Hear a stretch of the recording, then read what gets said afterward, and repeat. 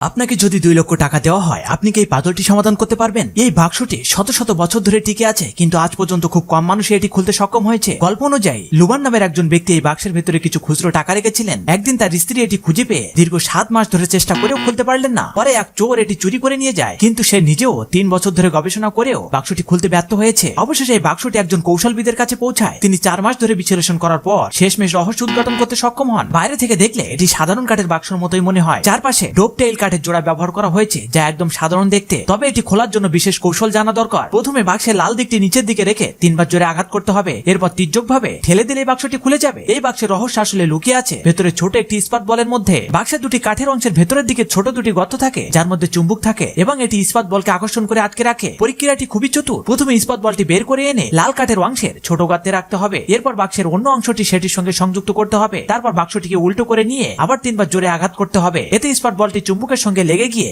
স্থির হয়ে যাবে। ফলে বাক্সটি আর কোনোভাবেই খোলা যাবে না, এমনকি প্রবল শক্তি প্রয়োগ করলেও না। এখন কিছু লাইক সাবস্ক্রাইব পাওয়া যাবে কি?